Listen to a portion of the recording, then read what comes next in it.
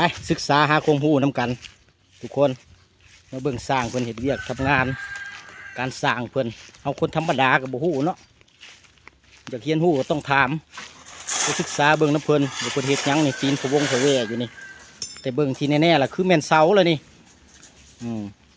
แต่ก็จะคู่วิธีขั้นตอนการเฮ็ดการทำเนาะ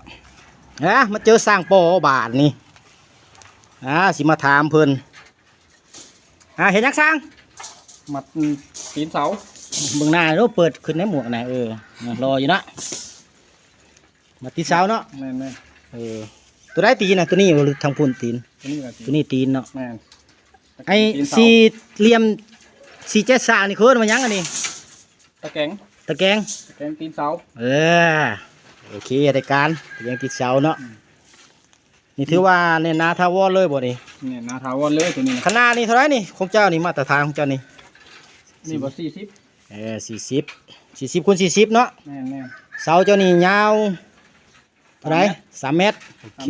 ไม้3.30 นี่สิถามนี่เด้อนี่เพิ่นจะคู่ได้เพิ่นในผู้สาวเสร็จมาถามอยู่ดอก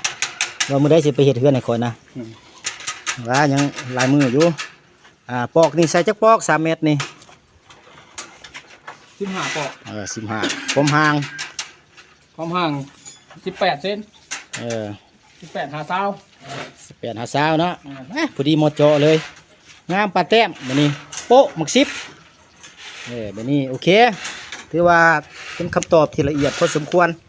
บุคือหมอเสียแดงอยากคอยเห็ดขอทำไปแล้วเนาะ